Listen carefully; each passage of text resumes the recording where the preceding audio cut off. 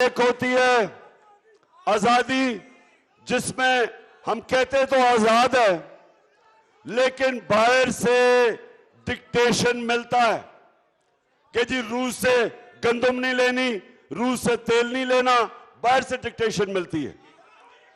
और दूसरी वो आजादी होती है जो सारे फैसले अपने लोगों की बेहतरी में होता है, अपनी कौम को दूसरों के लिए कुर्बान नहीं किया जाता। हम इंपोर्टेड हुकूमत नहीं चाहते, हम आजादी चाहते हैं, इलेक्शंस के जरिए साफ और शफाफ इलेक्शन चाहते हैं।